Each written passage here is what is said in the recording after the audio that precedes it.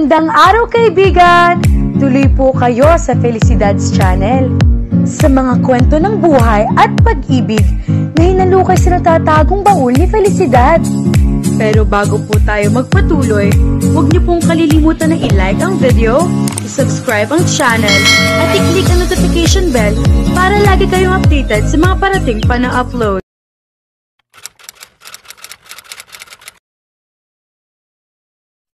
Pagpasok pa lamang ni Jade sa gate ng bahay ng mga Paskwa ay naramdaman kaagad niya ang pagsisikip ng kanyang dibdib. Kalungkutan ang agad na sumalubong sa kanya sa lugar na iyon na madaling ipaliwanag para sa mga nakakakilala sa mga Paskwa. Mahigit 1 linggo na ang nakalipas mula nang mamatay sa sakit sa puso ang boss niyang si Rico Paskwa, ang ama ni Alan at Alona, at kalilibing lamang dito ng nagdaang araw. Si Alona ay childhood na matalik na kaibigan niya. Noong nabubuhay pa si Sir Rico, siyang executive personal assistant nito. Pagka-graduate pa lamang niya sa kolehiyo ay kinuha kaagad siya nito para sa posisyong iyon. Ang kanyang inay dating kasambahay sa mga Paskwa. Mabait sa mga kasambahay si Sir Rico at ang asawa nito na nauna ng pumanaw. Lahat ng mga nagtatrabaho sa mga ito ay itinuturing ng kanyang inay na itinaboy ng mga magulang nito mula sa probinsya. Sumama ito sa kanyang ama sa Maynila, plano ng mga ito na magpakasal, ngunit sa kasamaang palad ay namatay ang kanyang ama sa aksidente sa construction site. Iyon ang istorya kung bakit napasok ang nanay niya sa mga Paskwa bilang kasambahay. Hay nako Jade, nasa kwarto pa rin niya si Alona, hindi pa bumababa, hindi nga naghapunan yun kagabi. At hanggang ngayon ay iyak pa rin ng iyak. Doon ko na lang ho siya pupuntahan. Magpaakyat ho kayo ng almusal, Aling Betty. Kahit subukan niya ang kanyang kaibigan ay gagawin niyang kumain lamang ito. Umakyat na siya sa 2nd palapag ng bahay. Naalala niyang hindi mabilang na mga pagkakataong ginawa niya iyon. Madalas silang magkwentuhan ni Alona sa kwarto nito habang nag-aalala na naman ang kanyang inay na baka raw nakakalimutan na niya ang katayuan nila sa buhay. Sobrang close kasi talaga nila ni Alona na para silang magkapatid. Kahit nga noong nasa ibang bansa na ito kumukuha na rin ng doctorate ay madalas pa rin silang magkachat na parang nasa Pilipinas pa rin ito. Dahan-dahan niyang binuksan ang pinto ng kwarto ni Alona. Madilim pa sa loob dahil nakasara ang mga blinds ng bintana. Pero isang tingin pa lang sa kamay alam niyang gising si Alona at umiiyak. Umalis ka? Alona? Jade? Jade? Hindi pa rin ako makapaniwalang wala na siya. Niyakap niya ito ng mahigpit habang humahagulhol ito ng iyak. Nagawa namang mapakain ni Jade si Alona. Pagkatapos niyon ay ipinaghanda niya ito ng malikam-likam na tubig sa bathtub. Anong pakiramdam mo? Kaya mo na bang pumunta sa banyo? Handa na ang tub. Alam mo kung anong pinaka nakakalungkot, Jane? Yung hindi man lang makikilala ng mga magiging apo niya sa amin ni Kuya ang daddy ko pagdating ng araw. Naalala mo nang napag-usapan natin yun dati? Sinabi kong kung papalpak man lang ako sa asawa, alam kong lagi nasa tabi kong tatay ko. Tapos napakalaking kawalan. Ang bata pa ni Daddy. Ilang libong beses ko nang itinanong sa sarili ko kung bakit nangyari kaagad ito. Ang akala ko matagal pa namin siyang makakasama. Naiintindihan kita. Noong buhay pa si Sir Rico, nagawa niyang makapunta para sa lahat. Ito ang taong napakamapagbigay. Pero kailangan mong maging matatag. Tiyak kong inaasahan ni Sir Rico na sundan niyo ang mga yapak niya. Nasa inyo na klase ng kuya mo ang mga ipapakita ninyo sa mga magiging anak nyo kung paano naging magulang si inyo ang mga magulang nyo, lalo na si Sir. Makakasurvive ka rin, Alona. Para namang hindi kita kilala. Napakatapang mo. Kaya nga proud na proud sa yung daddy mo eh. Sa palagay mo ba, masaya siya nung namatay siya? Sa dami ng achievements nyo ng kuya mo, paano hindi? Kapag kuwan ay umiti na ito.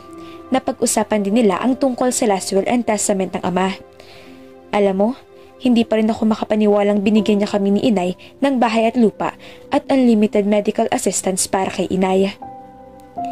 Noong namatay si Sir Rico ay parehong nasa ibang bansa ang magkapatid.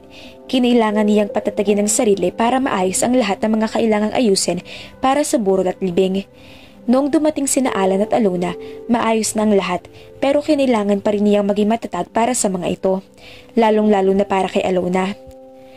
Matagal na kayong gustong bigyan ni Daddy ng bahay pero nag-aalala siyang baka masaling ang pride mo. Tinatanggihan kasi niya ang kahit na anong nanggagaling mula sa pamilya nito na sa tingin niya ay sobra na para sa ordinaryong mga taong gaya nila ng inay niya. Iyon kasi ang turo ng kanyang ina. Ngayon, hindi na niya kailangan mag-alala kung may insulto ka o hindi dahil wala na siya. Kumusta siya? Napalingon si Jade sa pinanggalingan ng tinig na iyon. Kalalabas pa lamang niya ng kwarto ni Alona. Si Alan ang nagsalita. Bagong gising lang ito. Halata pa rin sa mukha nito ang pagod at puyat, pero sa kabila niyon ay mababanaag pa rin ang kagapuhang taglay. Nakatulog na siya. Kailangan kitang makausap, Jade. Kung may panahon ka, sana ngayon na. Inaasahan ko na talagang kakausapin mo ko. Nakapag-breakfast ka na? Tumango siya. Oo. Kung ganon, punta na tayo sa study room. Sabay na sila nagtungo roon. Habang tahimik na naglalakad sa tabi nito, naisip niya kung gaano nakalaki ang ipinagbago ni Alan mula sa dating Alan na nakilala niya. Noon ay pilyo ito. Napakabipo at mapang-Alaska. Ngunit kailan ay kahit hindi niya ito alam kung anong magiging reaksyon niya rito kapag binibiro siya nito o nginingitian. Kabaliktaran kasi ng sobrang pagiging komportable niya kay Alona ang nararamdaman niya kay Alan. Sa tuwing makikita niya ito ay nagiging speechless siya, kaya madalas ay umiiwas siya kaagad makita pa lang ito. Mabuti na nga lamang at na-overcome na niya iyon. Nagawa niya iyon sa paglalagay sa isip niya na gaya rin ito ng ama nito na hindi niya kailangang mailang. Sa paglipas ng panahon ay unti-unting naging seryoso si Alan. Naging responsable na ito sa harap ng mga expectations ng ama. Noon pa ay nilinaw na rito ng ama na pagdating ng tamang panahon ay ito nang magpapalakad ng negosyong binuhay at pinaghirapang paluguin ni Sir Rico.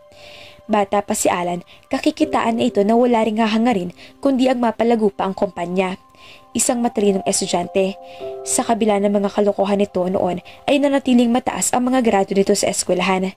Kasalukuyan nagpapakadulubhasa ito sa isang kilalang business university sa Amerika nang biglangang mamatay si Sir Rico. Sa huling testamento ng ama, ipinahayag ng matanda ang kasiyahan nito sa pagkahanda ni Alan sa pagpalit dito. Sinabi rin nito sa parehong testamento ang kahilingan nito sa kanya na agapayan at suportahan niya si Alan gaya ng ginawa niyang pagsuporta at pag-aalaga rito bilang isang matapat na sekretarya. Iyon ang dahilan kung bakit inaasahan niyang sa lalong madaling panahon ay kakausapin siya ni Alan. Alam mo na siguro kung tungkol sa napag-uusapan natin. Oo. Hindi ko itatanggi na malaki ang may tutulong mo sa akin, Jade. Ikaw ang assistant ni Daddy at kasakasama niya sa business dealings niya. Inaamin kong mas gamay mo ang sistema ng kumpanya kaysa sa akin. Napakaraming bagay ang kailangan ko matutunan tungkol sa kumpanya ng aking ama. Hindi ko alam kung paano ko pagkakasyahin iyon sa maikling panahon ng pag-aaral.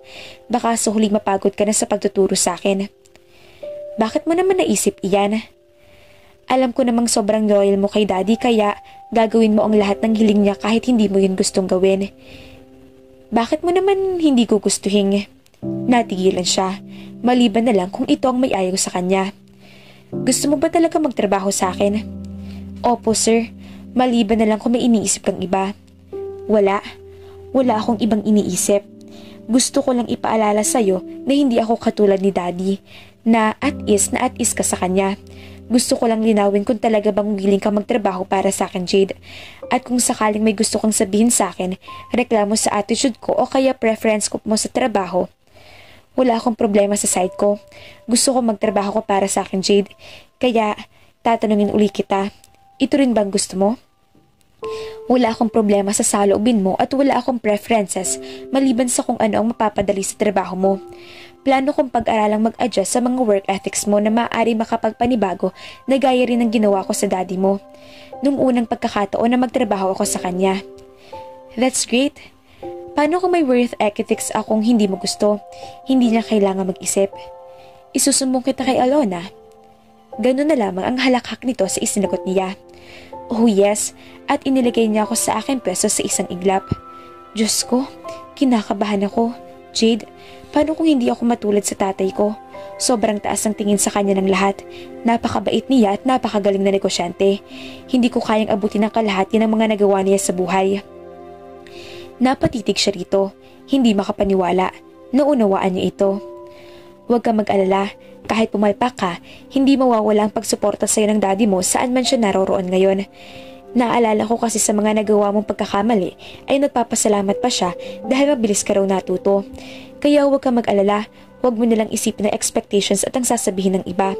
Basta, focus ka lang sa goal mo sa kumpanya. Pinasasalamatan ko ang lahat ng ginawa mo para sa aking pamilya, Jade. Ang ginawa mo para kay Daddy bago niya kami iniwan. Kahit hanggang ngayon, alam kong ginagawa mo pa rin ito para sa kanya. Naasiwang ngumiti siya rito. Hindi niya ginagawa ang lahat sa kumpanya para lamang sa daddy nito.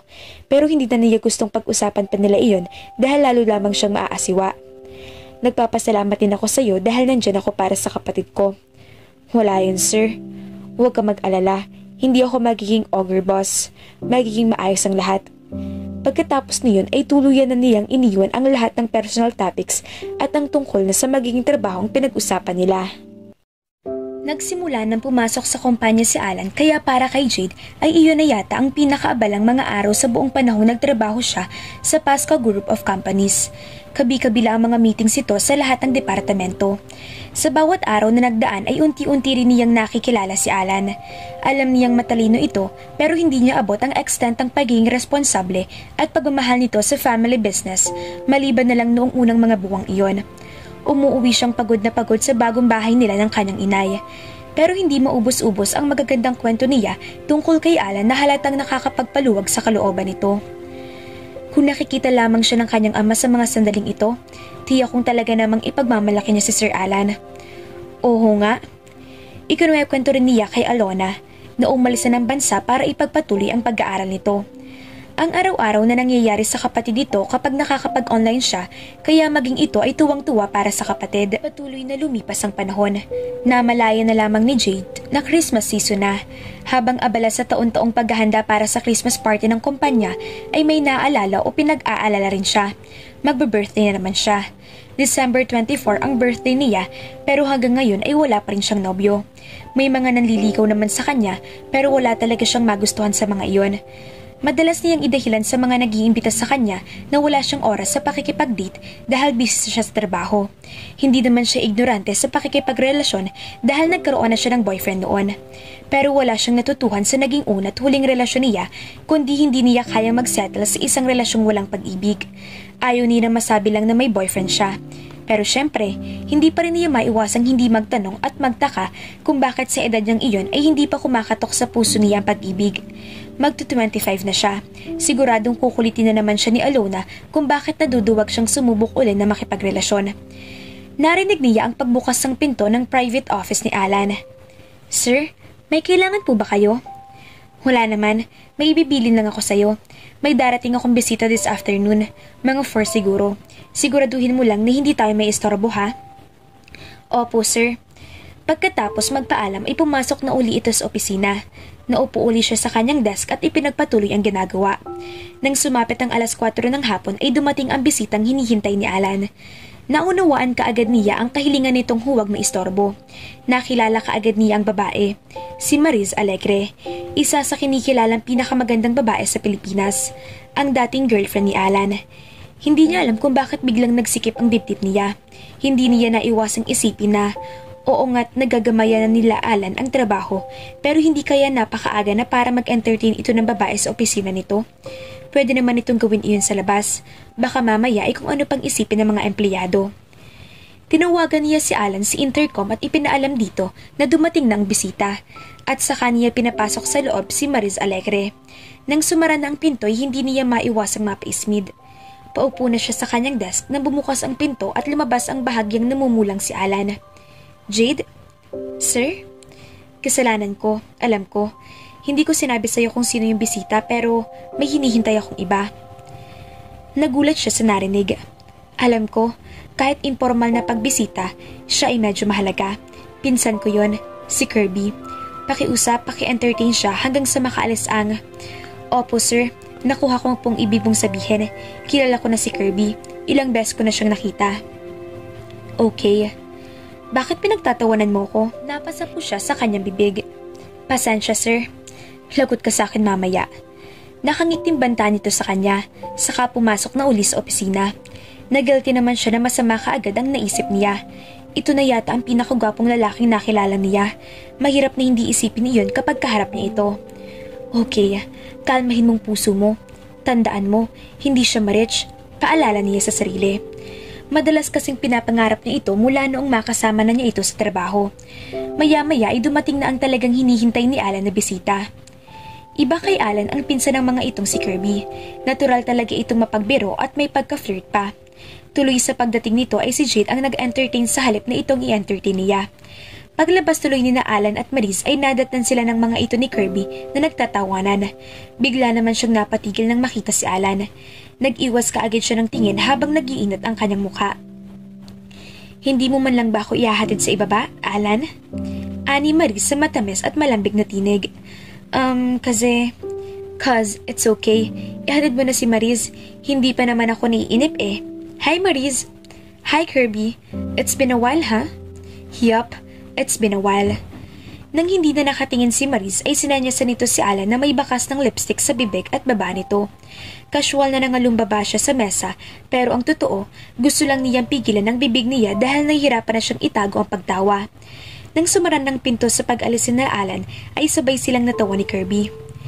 Naniniwala ka ba? Sabi ni Kirby habang nakasapo sa tiyan. Maya-maya'y bumalik din kaagad si Alan. Seryosong-seryoso na ito. Pinapasok na nito si Kirby sa loob ng opisina nito. Jade, pwede bang pakiready mo yung folder ng accounts ng mga De Guzman? Handa na po sir, saka yung sa Calivria Arcia at yung mga Valencia na rin kung sakaling kailanganin nyo. Kamusta naman ang Pasias, yung sa bus company nila? Okay, ihanda mo na lahat. Pakitawagan mo na rin si Attorney Magbuo. Natawagan ko na po para may time siya kung sakaling may mga appointments siya at kailangan niyang mag-adjust ng schedule niya. Isa pang bagay, gusto mo akong sumama sa meeting? Mag-a-assist ako. Hindi. Ano pa po yun, sir? Sa susunod na popuin mo ko, i-demote kita. Naintindihan mo? Okay. Tumalikod na ito, pero hindi siya nakatiis at tinawag ulit ito. Po? Sir, kasi itinuro niya sa parte ng baba na tira pang bahid ng lipstick. Kaagad naman itong napahawak doon at pumahid, saka iiling-iling na pumasok na sa opisina.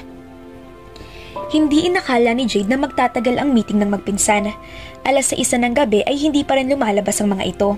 Nag-request lamang sa kanya ng kape si Alan at binilinan siyang huwag munang aalis dahil kakailanganin siya nito. Maging si Attorney Magbuo ay naghihintay rin sa opisina nito kung kailan niya tatawagan ito. Maaaring mabiro si Kirby at parang hindi laging seryoso, pero ang totoo, talented ito. Kaya naman matagal na itong kinukumbinsa ni Sir Rico na magtrabaho para sa kumpanya. May mga personal na problema yata noon si Kirby kaya hindi pa rin ito na makapagdesisyon noon. Mag-aalas 7 na nang sa wakas ay matapos ang meeting ng magpinsan. Pagkatapos ay pinatawagan na sa kanya ni Alan si Attorney Magbuo para kausapin ito tungkol sa kontrata ni Kirby. Pumayag na raw sa ad si Cody na gumawa ng ilang serye ng mga para sa espesyal na mga kliyente ni Alan. Habang inihahanda naman niya ang meeting ni Alan sa abogado nito, tinanong na rin niya ito kung gusto nitong magpa-deliver ng hapunan. Hindi. Salamat, ako nang bahala. Maaari ka nang umalis. Masyado ka nang gagabihin. Okay. Tamang-tama. Wala akong kasabay ngayong maghapunan. Nakangising sabi ni Kirby habang isinusuot nito ang jacket nito. Busy ka pa insan, diba? Pwede bang isabay ko na lang si Jade? Nasa kanya na yon. Parang napipilitan lang na sabi ni Alan saka tumingin sa kanya. Mangyaring huwag mong isipin na dahil pinsan ko ang kumag na to, obligado ka nang tanggapin ang invitation niya kahit ayaw mo. Tinawanan iyon ni Kirby. Obvious na itinuturing nito yung isang biro. Sa totoo lang, gusto ko na sanang umuwi dahil hinihintay na ako ni inay. Ano ka ba naman, Jade? Ang tanda-tanda mo na para magka-curfew. Huling beses kong narinig, hindi rin tayo under martial law. No wonder wala ka pang boyfriend until now. Pangako, 1 oras lang tayo. Ang lungkot kaya maghapunan ng nag-iisa. Panigurado ako kumain ng inay mo. Narinig kita kanina sa phone. Natandaan mo, sabi mo sa inay mo na mauna na siyang maghapunan. Sige na nga. Masayang bumaling ito kay Alan. Gusto niya ako. Birong pagmamalaki nito. Iiling-iling nang umiti si Alan. Binaraso mo eh. Siguruhin mong walang-wala na yung irereklamo bukas pagpasok niya rito kundi lagot ka sa akin. Areglado. Sabi nito. Tumingin muna sa kanya si Alan bago ito bumalik sa opisina. Good night, Jade. Good night, sir. Magaan at puno ng tawanan ang pinagsaluhan nilang dinner ni Kirby. Kung kanina'y mabiro ito, relax na relax naman ito sa mga oras na iyon. Sinabi nitong maluwag daw sa loob nito ang pagtanggap sa trabaho sa Pasca Group of Companies. Pakiramdam daw nito ay ginagawa nito iyon para sa Tito Rico nito. Nag-enjoy siya at naging napakabilis sa mga oras. Inihatid naman kaagad siya nito pagkatapos ng hapunan. Tulad ng ipinangako ko, 1 oras lang tayo. Okay naman ako, di ba? Oo naman. Nag-enjoy ka? Oo, salamat. Sana maulit. Kung hindi ako busy, saka gusto ko lang malaman mong... Gusto niyang sabihing friendly invitations lamang ang tinatanggap niya pero bigla siyang napaisip. Matagal na rin namang hindi siya lumalabas. Bakit hindi niya bigyan ng sarili ng pagkakataon? Malaman kung ano? Bakit hindi? Sige, kapag may oras, ulitin natin. Pero sa susunod, ako nang magbabayad.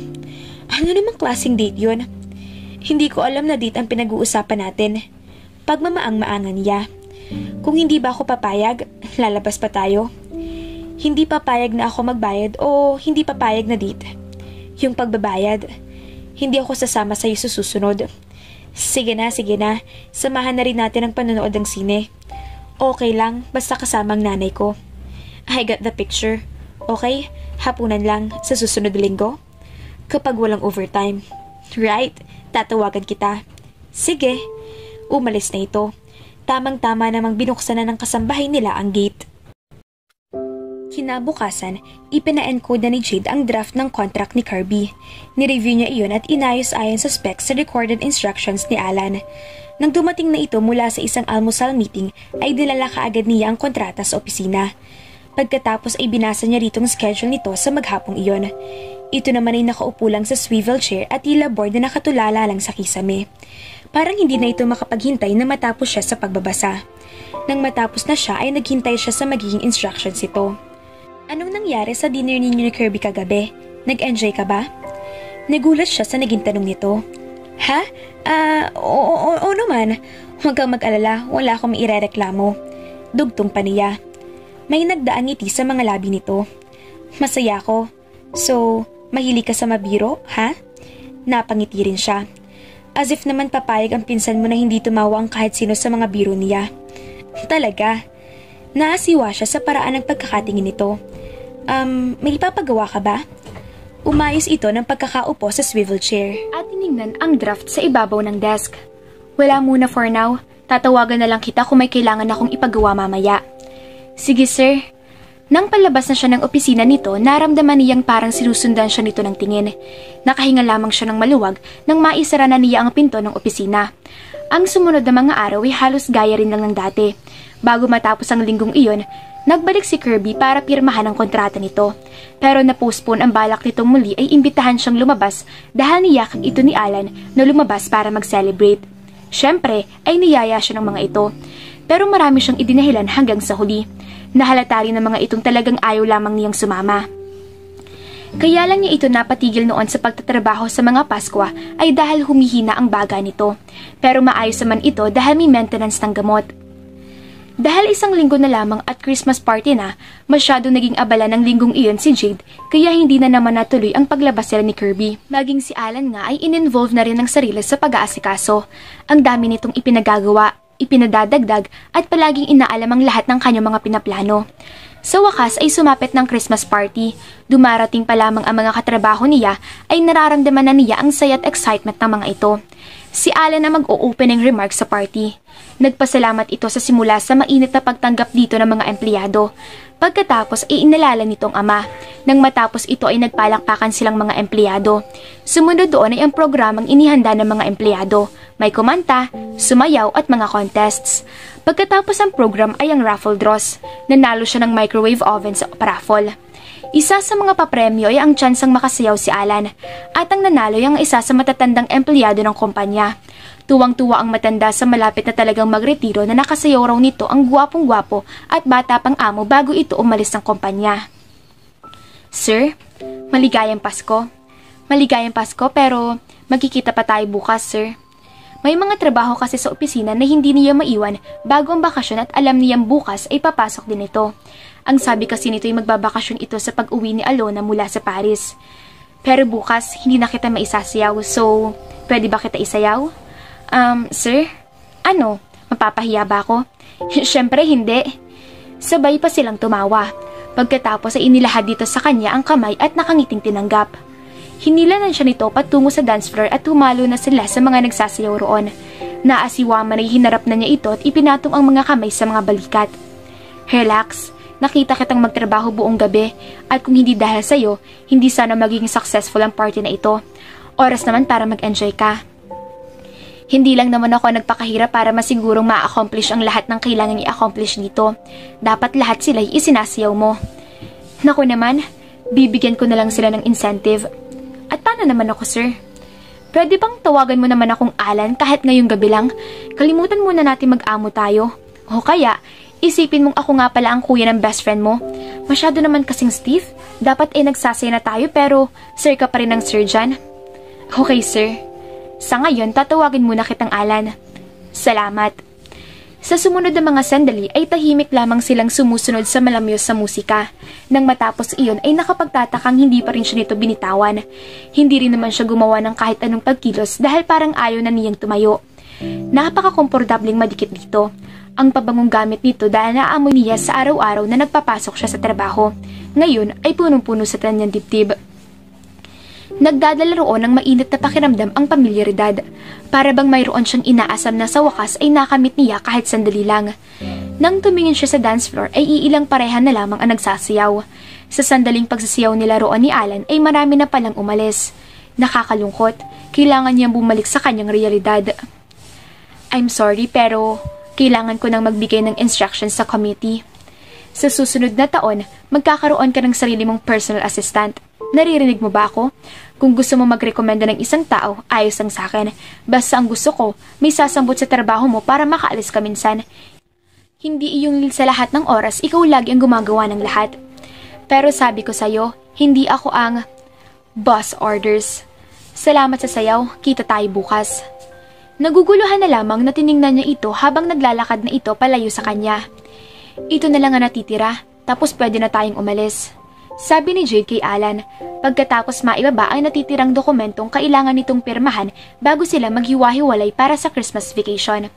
Pagkatapos ay napasulyap siya sa orasan sa wall. 6:00 na, kailangan pa naman niya mag-grocery para sa birthday niya kinabukasan. Uuwi si Alona mula sa Paris at ito ang magiging special guest niya. Sir? Sa tingin ko tapos na tayo dito. Lalo siyang nalito. Sir? Yung damit mo, ayos lang. Kung tutuusin, higit pa doon. Tumayo ito mula sa swivel chair, saka lumigid sa lamesa at tumigil sa harap niya. Satisfied ng ngumiti. Sir, kailangan ko ng isang tao na sumama sa akin sa cocktail party na ito na hindi ko maiwasang hindi pumunta. Kaya, sumama ka sa akin. Pero, sir, kailangan kita, Jade. Mas magandang pumunta na tayo ngayon para maaga tayo makapagpaalam. Pero, hinihintay ako ni Inay. Birthday ko bukas, remember? Gusto ni Inay na iluto na ngayon yung leche flan na gustong-gusto ni Alona. Hindi pa kompletong ingredients at akong bibili nun. Dapat nga kanina pa. Hindi ko ina-expect na gagabihin tayo rito. Ano mga ingredients? Isulat mo sa pel at iuutos ko na lang sa ibang tao. Pero, kailangan talaga kita ron. Pakiusap, Jade. Hindi ko hihilingin ito kung hindi lang importante. Hindi na kailangan. May papakiusapan na lang ako na mag-grocery para sa akin. Salamat. Hindi ko ito malilimutan. Tumango siya saka lumabas na ng opisina. Habang inaayos ang mga gamit niya sa desk ay parang nakikita pa rin niya ang mukha nito noong magpasalamat ito sa kanya. At alam niyang wala itong hihilingin na hindi niya kayang ibigay. Iyon lang ang lihim niyang maipagmamalaking hindi kayang masaklawan ng anumang estado nila sa buhay. Nagtungo na sina Jade sa cocktail party na sinasabi ni Alan. Tahimik lamang ito habang nagmamaneho at seryoso ang mukha na nakatutok ito sa daan na parang may malalim itong iniisip. Inisip na lamang niyang maaaring tungkol sa party iyon na dadaluhan nila o kung sino mang gusto nitong makita roon. Malamang na may kinalaman iyon sa negosyo kaya importanteng maisama siya nito. Noong malapit na sila sa lugar, binuksan niya ang kanyang bag at hinanap niya ang recorder. Inilabas niya iyon. Hindi mo kakailangan iyon. Okay. Ang gagawin mo lang, manatili ka sa tabi ko pagdating natin doon hanggang sa umalis tayo. Naintindihan mo? Iko-commit ko sa isip ko lahat ng maririnig ko.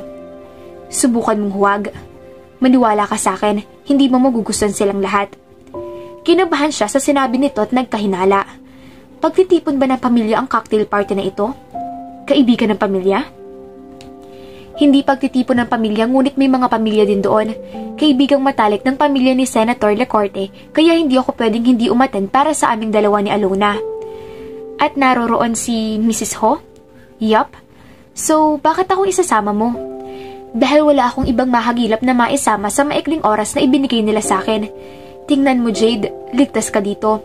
May pagkamataray nga si tita ngunit siya ay karaniwang sibil kapag maraming tao. Niligawan ako noon ni Joshua at binasad ko siya. Nag-aalangang paliwanag niya rito. Ang tinukoy niya ay ang anak ni Mrs. Ho. Nagkita sila noon sa isang party nang isama siya si Alona. Bigla na lamang ito nagsimulang sumulpot at manligaw sa kanya sa opisina. Noong binasad niya ito, suportado rin siya na ni Sir Rico kaya siguro wala siyang narinig na masakit mula rito. Pero ang ina nito'y iba. Hindi ko alam kung bakit nagalit sa akin ang tita mo.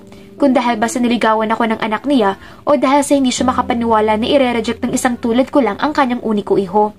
Mula noon, sa tuwing dadalaw siya sa daddy mo sa office, kung tratuhin niya ako'y para lang akong isang malngaon furniture doon. Talaga? Sinulya pa niya ito. Hindi nga ito nakangiti pero nahimigan niya ang amusement sa tinig nito. Saan ka hindi makapaniwala? Naniligawan ako ng pinsan mo o binasad ko siya? Mayabang kasi si Joshua. Akala yata niya lahat na babae, hinahalikan ang nilalakaran niya. At ayaw mo ng ganyang lalaki?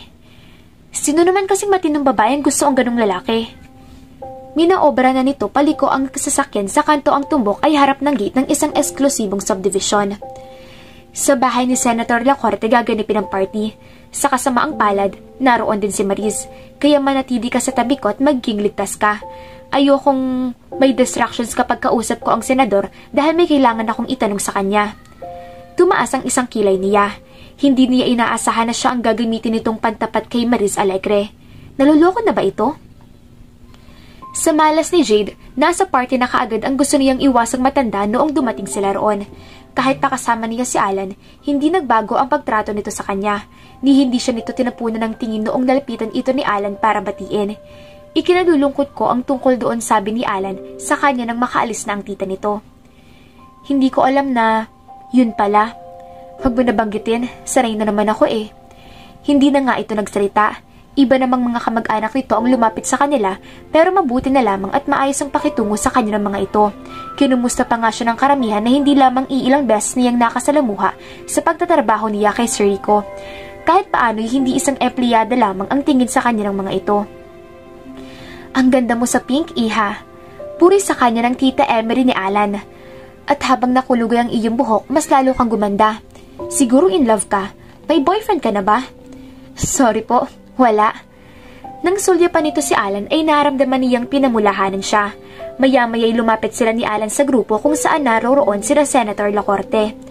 Alan, nandito ka pala. Halos sabay silang napalingon ni Alan nang marinig nila ang pamilyar na tinig na iyon. Si Maris iyon na mabilis na lumalapit habang nakakawit ang braso sa braso ni Kirby na nakakasingi sa kanya. Bumitiw na ito kay Kirby bago pa man makalapit sa kanila. Pagkatapos ay tumabi kay Alan para dito naman mangunyapit. Sorry po Tito Willie, late po ako. Ani Maris sa senador. Pero mahal kita, alam mo yun. Tumawa ang senador. Hinding-hindi ka makakatakas sa anumang bagay, sweetheart. Si Alan naman ang binigyan ng pansin ni Maris. Hindi na sana ako makakarating kung hindi sinabi sa akin ni Kirby na pupunta ka dito. Si Kirby? Narinig niyang sabi ni Alan. Dahil sa pagdating ni Maris, si Kirby na lang ang hinarap niya. Parang reunion, tama? May nagsabi sa akin na pupunta ka dito kasama ng pinsan ko, kaya naisip ko na pumunta na rin dito. Ang ganda mo pala sa pink. Puri sa kanya ni Kirby. Salamat. Bakit wala ka sa party kagabi? Tinapunan nito nang makahulugang tingin si Alan. May nakalimot kasing imbitahan ako. Tinawagan kita pero cannot reach ang cellphone mo. Sa lahat ng oras? Hindi naman sa lahat ng oras, syempre. Pero busy ako sa trabaho. Pero alam mo naman sigurong pwede kang sumama kung gusto mo. Inakbayan siya ni Kirby. Gusto ko pa naman sanang isayaw itong si Jade. Naasiwa siya. Kapag wala naman si Alan, hindi ganoon makikilo si Kirby. Hindi tuloy niya alam kung aalisin ang kamay nito, lalo na't ilan sa grupo niya na Senator Lacorte ay patingin-tingin na sa kanila. Samahan kita sa bar. Baling kaagad niya kay Kirby para mailayo na niya ito kay Alan. Huwag ka magbago ng isip. Hinila na siya nito bago pa niya maalalang ang unang responsibilidad niya ay ang manatili sa tabi ni Alan, lalong-lalo na mga sandaling iyon na nasa tabi na nito ang distraction na sinabi nitong gusto nitong iwasan. Patay. Pagkalipas ng isang oras ay nagpaalam na si Alan sa party. Pagpasok sa kotse ay napatahimik nito. Naasiwa si Jay dahil hindi na niya kailangang manghula kung sino ang nagdulot ng kapormalang nakikita niya ng mga sandaling iyon sa mukha nito. Mula nang dumating si Mariz ay hindi na ito masyadong nakakapag-participate sa usapan sa grupo ni Senator Lacorte at siya naman ay hindi na pinakawala ni Kirby. Pagkatapos makapagpaalam ay nilapitan siya nito at walang paliwanag na inalayo na siya sa pinsan. Pagkatapos ay iginis siya nito palabas ang bahay sa kabila ng nagtatakang tingin ng ibang bisita. Masamang tingin ni Mariz at amused na pagkaway sa kanya ni Kirby. Ni hindi niya gustong isipin kung anong impresyong naiwan ng sumpong nito ibang mga bisita. Si Mariz na hindi itinago ang pagsimangot noong kahit malambing itong nagpoprotesta ay iniwan pa rin ito ni Alan sa party sa kabila ng maaga pa kong tutuusin ng gabi. Sorry talaga. Formal pa rin ang mukha nito noong tumango. Nag-enjoy ka ba sa party? Hindi ako nagpunta sa party na yun para mag-enjoy. Kung siya ang tatanungin, ni hindi niya gustong magtungo roon. Mukhang nag-e-enjoy ka palagi sa piling ni Kirby. Naguguluhang napatitig siya rito. Anong gusto nitong gawin niya? Simangutan ang pinsan nito? Gusto ko lang ipaalala sa'yo ang reputasyon ng pinsan kong iyon sa mga babae. Hindi siya nagko-commit at hindi siya nagtagal sa piling ng isang babae. Kaya kung ako sa'yo, pag-isipan mo muna ng mabuti kung patupatulan mo siya o hindi. Hindi sa sinusubukan kong panghimangasukan ang personal mong buhay. Jade, gusto ko lang ipaalala sa'yo na mag-ingat ka. Alam kong matagal ka nang nawala, Alan. Kaya ipapaalala ko sa'yo, hindi ako ang klase ng babaeng basta na lang naniniwala sa lahat ng sinasabi o inaakto ng mga lalaki, lalo na kung mayayamang gaya niyo ng pinsan mo. Hindi ko sinasadya. Hindi mo na kailangan pang ipaalala sa akin kailangan ko mag-ingat. Alam ko na yun. Nagsimula siyang kumilos para bumaba ng kotse, pero bumaba kaagad ito, lumikid sa kotse, saka binuksan ang pinto para sa kanya. Apologetic ang anyo. Okay, hindi tama iyon, alam ko. Nainis lang kasi ako nang dumating si Kirby, nakalimutan mo na kung anong instruction ko sa'yo. Hindi ko nakalimutan, hindi ko lang alam kung anong problema ninyong magpinsan. Napapansin ako ng iba kaya inalayo ko si Kirby. Isa pa, si Mariz. Isa pa iyon, pinasingit mo siya. Hindi ko siya pinasingit, no? Basta lang siya sumingit sa pag-ita natin dalawa. Nakita mo naman kung anong nangyari, hindi ba? Ano naman ang gusto mong gawin ko? Kumapit sa'yo na gaya ng ginawa niya? Na pumulupot ako sa'yo? Eh di ano na lang ang iisipin ng mga makakakita sa akin? Pero wala kang ganong problema nung pinakikipagtawanan ka kay Kirby. Hindi lang ako ang tumatawa sa mga sinasabi ni Kirby. Bakit parang ako lang ang may kasalanan? Dahil ba ako lang sa grupo ron kanina ang hindi nagmula sa mayamang pamilya? Jade, hindi naman sa ganon. E anong gusto mong palabasin? Hindi kita maintindihan. Bakit kapag si Kirby, ibang pakitungo mo? Kung kausapin mo siya para kayo matagal ng magkaibigan, samantalang halos sa bahay ka na namin tumira. Best friend mong kapatid ko, at malapit ka sa puso ni Daddy. Hindi ko maalala kung anong maaaring nagawa kong masama para mailang ka ng ganun sa akin. Ni hindi ako playboy. Alam ko, hindi rin naman ako ganun kasamang ugali. At kahit ilang buwan na tayo magkasama sa opisina, formal na formal ka pa rin. Hindi ko maiwasang isipin na ako lang ang dahil alam kong hindi ko gaanong kapormal kay Daddy. Hindi ka agad siya nakaimik kahit nagdaan ng ilang sandaling katahimikan. Ano? Kinakabahang napahakbang siya palayo. Hindi naman ako ganun kapormal ah. Isa pa, hindi mo katulad si Kirby. Hindi ka... Sinasabi mo bang hindi mo ako gusto? Hindi sa ganun. Hindi lang kasi pareho ang reaksyon ko sa inyong dalawa. Kasi nga, magkaiba kayong tao. Bakit ba bigla ito nagdedema ng mga ganung tanong? Gaya na lang ngayon, ni hindi mo ako in-invite sa birthday party mo bukas. Ha? Hindi ko alam na gusto mong pumunta. Minsan, hindi ko talaga maiwasang mag-isip. Kahit man lang sana pabalat bunga, inimbita mo ko. Kung iisipin, kahit kailan, hindi mo ko naimbita sa kahit anong okasyong meron sa bahay nyo. Akala mo ba snub ako? Hindi. Sige, ini-invite kita bukas sa party ko kung talagang gusto mong pumunta. Umiling-iling ito. Parang pilit na pilit ah. Napangiti siya. Hindi ko naman kasi ma-imagine kung anong pwedeng makakuha ng interest mo sa party ko. Ang mas masahol pa na maaring mangyari ay ang pagkaguluhan ka ng mga kaibigan ni Inay na invited niya sa party. Mukhang nag-enjoy si Alona sa kanila. Iba siya. At ano nga bang kaibahan ko kay Alona? Gusto mong sabihin ko isa-isa mga dahilan? Sir, pasensya ka na talaga. Pasensya kung na-offend kita pero hindi ko talaga sinasadya. Kung gusto mo talagang pumunta sa party ko bukas, welcome na welcome ka. Ikinararangal ko na makapunta. Pinarangalan. Bumuntong hininga. Bakit paramdam ko, hindi mo ginagamit ang salitang iyon kay Alona o Kirby? Sir, kasi nga, boss kita. Oh well, sa palagay ko, dapat ako magpasalamat na naimbita naman ako kahit paano. Kung gusto nyo, akit muna kayo at magkape sandali. Kaya lang, instant coffee lang ang available sa kusina namin. Salamat. I will. May bumalot na mainit na sensasyon sa kanya sa pagngiti nito. At parang hindi nito mahalata ayon, binuksan na niya ang gate para makapasok na ito sa loob. Maaga pa nang magising kinabukasan si Jade, naamoy na niya ang nakakagutom na amoy ng isinangag na kanin sa kusina. Bumaling siya sa bukas sa bintana at nakangiting tumanaw sa kawalan. Ang unang naalala niya nang magising siya ay ang nakakagulat na masayang gabi na imbitahan niya si Alan sa bahay nila para magkape. Dinatnan nila ang kanyang inay at dalawang kaibigan nito at ang kawaksi na magtutulong-tulong sa pagluluto ng leche flan. Sa halip na pumayag si Alan na sa sala na lamang manatili ay naghubad ito ng jacket, nagtiklop ng mahabang sleeves nito at nakipagkwentuhan sa mga ito. Napansin niyang komportableng kay Alan ng inay niya. Nang makabalik siya sa kusina pagkatapos mag-alis ng makeup at magpalit ng damit pambahay ay narita niyang tinutulungan na ni Alan ng inay. Kita mo, naging masaya ako. Mas nag-enjoy pa ako rito kaysa sa party na pinanggalingan natin. Excited na siyang bumangon, nag-almusal at tumulong sa kanyang inay sa paghahanda ng lahat ng gagamitin sa party. Dito kayo para hindi kayo pagtinginan ng ibang bisita na para kayong dumarating ng mga artista kahit ang totoo ay mukha naman talaga kayong mga artista.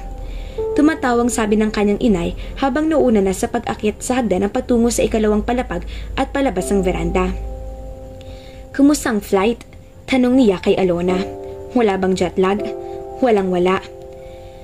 Nakatulog ka agad ako na maayos sa room ko pag uwi ko. Miss na miss ko na kasing kayakap ang mga stuffed toys ko. Dahil naroroon ang karamihan sa personal niya mga bisita, siya mismo nag-asikaso sa mga ito. Jade, naku, napakagwapo nga naman pala talaga ng kapatid ni Alona. Kung ako sa'yo, susunggaban ko na. Abay, swerte ka riyan. Gwapo, mabait at mayaman. Ninang naman, ano ba kayo? Alam niyo ba kung anong klase mga babae mga naging girlfriend ni Sir Alan? Sus! Bakit? Pagkaganda-ganda mong ang bata ka, mabait, matalino, responsable at napakasipag pa. Abay, jackpot na jackpot siya kung ikaw mapapangasawa niya. Ninang, nag-iilusyon kayo. Ay ito naman, hindi na mapiro. Alam ko namang hindi siya napapangitaan sa'yo dahil kapag hindi mo napapansin, nakatitig siya sa'yo. Parang gusto niyang panoorin kapag tumatawa ka, kapag nagsasalita ka. Sabi pa nga raw niya sa ninong mo, hindi raw kasi siya sanay na makita kang madaldal at tawa ng tawa. Pagtingin kasi niya sa amin, nakita niyang nakakingiti kami sa kanya. Ninang, ang galing niyong umimbento ng storya. Sinige na po at hinihintay na nila ito sa itaas. Sininang talaga. Pero noong bumababa na siya ng hagdan, hindi mawala-wala ang pagkakilig niya. Ngunit kaagad din naman niyang ikinagisto ang sarili. Jade, napapitlag siya nang marinig ang nag-aalalang boses ni Alan. Alan, ayos ka lang ba? Nahihilo ka ba? Pagod ka na siguro? Magpahinga ka kaya muna. Sisimplihan kong sabihin si Alona nang samahan ka muna. Hindi na, okay na ako. Huwag mo nang alalahanin ang mga bisita mo sa labas. Total ay birthday mo, ako naman ang mag-aasikaso sa mga bisita mo. Go. Go. Opo, boss. Sinulipan pa muna niya ito bago siya tuluyang pumasok sa kanyang kwarto. At nahuli niyang nakasunod ito ng tingin sa kanya at nakangiti rin gaya niya. Sumapit ang Pasko pero hindi na nagtangka si Jade at ang inay niya na magtungo kina Alona dahil napagod ang inay niya sa birthday party niya ng nagdaang araw. Pinilit niya itong magpahinga ng buong araw at siya nang nag-asikaso sa mas kaunting bisitang dumalaw sa kanilang bahay. Nakausap pa niya sa phone si Alona sa busy talaga sa pag-aasikaso sa mga bisita nito mga dating kaklase, kamag-anak ng pamilya at business associates na mga bisita ng kuya nito. Pagkatapos niya magpahinga, iniwasan na niyang mapadako pa rito ng tingin niya. Iniwasan na rin niyang magtagal pa sa veranda kasama ng mga ito at inasikaso na rin ang maging iba pang mga bisita sa bahay. Noong nagpaalam ang magkapatid, ibinuhos niya kay Alona ang atensyon niya at isang tipid ng ngiti at pasasalamat lamang ang itinapon niya kay Alan. Noong makaalis sa mga ito, ipinangako niya sa sarili na kakalimutan ni Nia ang kakaibang nararamdaman niya rito. Kaya naman hindi siya pumunta kina Alona ngayon para sana matulungan ito. Sa mga sumunod na araw, sa halip na siya ang bumisita sa mga ito, si Alona ang palagi nasa kanila. Idinadahilan niya ang kanyang inay na iyon lamang ang panahon na personal niya itong naaalagaan. Ang kaso, bago pa sumapit ang araw na iyon ay dumating na sina Alan at Alona sa bahay nila na may dalang masasarap na pagkain para sa kanilang inay. Hey! Nakiusap ang kapatid ko na hayaan kang umabsent bukas kung sakali magka-hangover ka. Sabi ko sa kanya, hindi naman pwedeng kayong dalawa lang ang mag-e-enjoy. Wala ka bang date, boss? Yun ang itinatanong ko sa kanya. Magtsatsaga ba ako sa inyong dalawa kung meron? Binati nitong inay niya pagkatapos ay nagpaalam na paiinumin siya ng mga ito ng beer sa ayaw niya sa gusto. Gusto nang magpanik ni Jade kinabukasan. Naghanda na siya sa pagpasok sa opisina. Hindi siya nagka-hangover kahit uminom siya ng beer. At ang dahilan ng pagpapanik niya ay iyong pakiramdam na hindi siya handang gawin ng resolusyong pilit niyang binuo para sana sa araw-araw na iyon. Siyempre, naroroon din si Alona. Kung umakto si Alan ay mo matagal na silang tatlo na naging magkakasama. Oy Jade, malilate ka na. Unang pasok pa naman ang taon sa trabaho. Opo, nandyan na ho. Dahil hindi naman siya pwedeng lumipan ay dinampot na niya ang kanyang bag at pumasok na ng opisina. Hindi akalain ni Jade ang aga-aga niya. Darating na ang rescue niya. Pagdating niya sa opisina ay busy si Alan sa phone kaya inihanda na niya ang mga kailangang ihanda sa pagsisimula ng araw. Bago siya matapos sa kanyang ginagawa ay dumating si Kirby. May nakaschedule itong meeting kay Alan. Dahil nakailaw pa rin ang intercom na nagsasabing may kausap pa rin si Alan sa phone, gaya ng dati ay ini-entertain muna niya si Kirby. Tiyempong pagbukas ng pinto ay tumatawa siya sa joke ni Kirby. Aba, pwede bang... Anong ginagawa mo dito ng ganito kaaga? Mamaya pang meeting natin, di ba? Magandang umaga sa inyo. Ani Kirby habang umaayos ang tayo. Galing kasi akong Baguio, dumiretso muna ako rito bago umuwi sa bahay dahil kung uuwi pa ako, baka makatulog na ako ng diretso. Huwag kang mag-alala, hindi ko balak guluhin ang napakaganda mong PA. Ang alam ko lang na walang antok ko nang makita ko siya kaya dapat ay... Mukha ba akong kape, Kirby? Gusto niyang ipakita kay Alan na hindi lang dito siya komportable makipagtawanan. Kung kinakailangan ay makikipag-flirt pa siya kay Kirby kahit ano pang isipin nito sa kanya. Oh well, hindi. Kung gusto mo talagang malaman kung anong nakikita ko kapag nakatingin ako sa'yo. Tama na yan. Unahin mo ng meeting namin na kumag na to, Jade. Pasok ka. Ani Alan at nilakihan na ang pagkakabukas ng pinto ng private office. Mabilis sa chinek niya ang schedule nito. Nang makita niyang open ang oras niyon para sa meeting na iyon, mabilis na siyang sumunod sa loob para dalhin ang mga kailangan dokumento ng magpinsan. Buong linggo basta magkaroon ng pagkakataon si Kirby na makatambay sa opisina ni Jade ay sa halip na bagong opisina nito na nasa pareho ring floor, kahit sandali lamang ay dumaraan talaga ito para makipagbiruan, bumati o minsan naman ay magdala ng kahit anong merienda para sa kanya. Ipinakikita naman niya kay Alan ang pagiging maalalahanin sa kanya ni Kirby. Kasabay niyon, hindi niya kinalimutang hayaang maging malapit uli rito. Naku mga ka-felicidad. Baka naman magselo si Alan kay Kirby. Ang hirap naman ito mga ka-felicidad. Hindi pa nga nagkakaunawaan, may selosa na kaagad. Abangan!